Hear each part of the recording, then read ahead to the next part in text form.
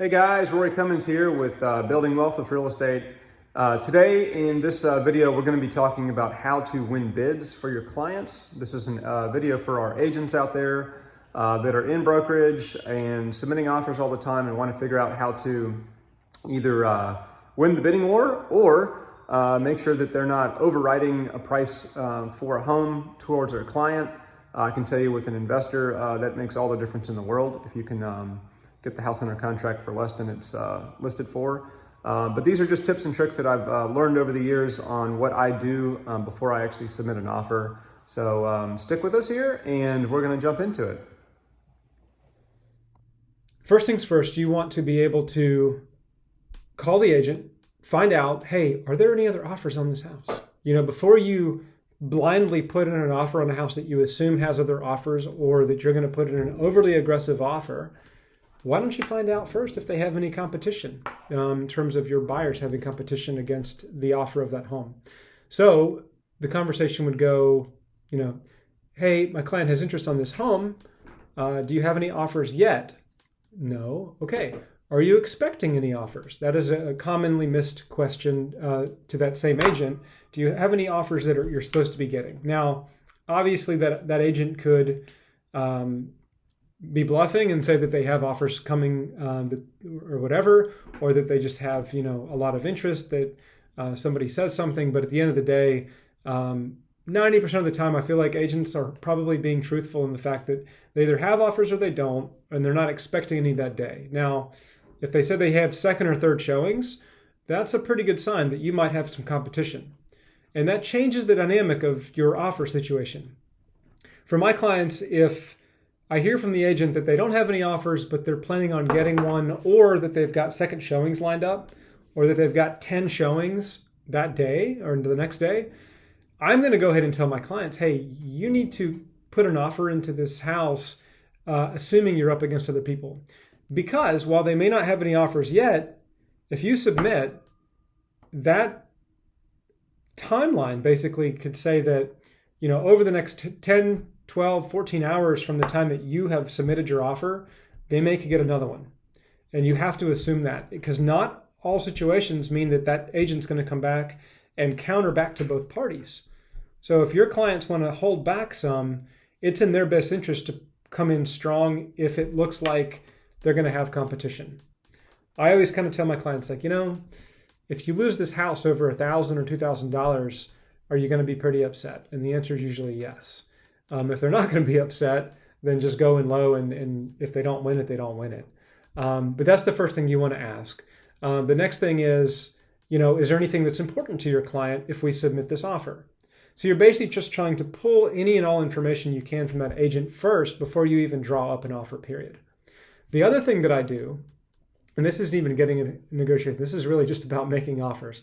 The other thing that I do is find out, before we submit the offer, like let's say it takes an hour or two to draw up the offer, send it over to your clients, and you're getting ready to click send to that agent. If it seems like it is a very high demand house, call the agent right before you send the offer and just say, hey, just making sure you don't have any offers. I'm getting ready to send you one. So you've kind of planted the seed on the front end. You buy yourself some time. And then before you send it, you ask them again, if it's been a few hours. I know that sounds crazy, but let's be honest. If you find out right before you send it that there's another offer on the table, I would wait to send the offer. I would just try to feel out the agent and just ask them, hey, would we be wasting our time if we put this offer in? And just kind of put your cards on the table verbally and see if they'll give you any indication of, if it's competitive or not. I think that's fair game. They may not tell you anything, but again, your job as an agent is to act in the best interest of your client. So if they want the house, the more information you have up front, the better. So that is one thing that I would recommend. The other thing is, if there is another offer on that table, all the negotiation tactics are kind of off in terms of strategy. It just changes dynamically. You either are going to submit a competitive offer, or your client may decide they're not.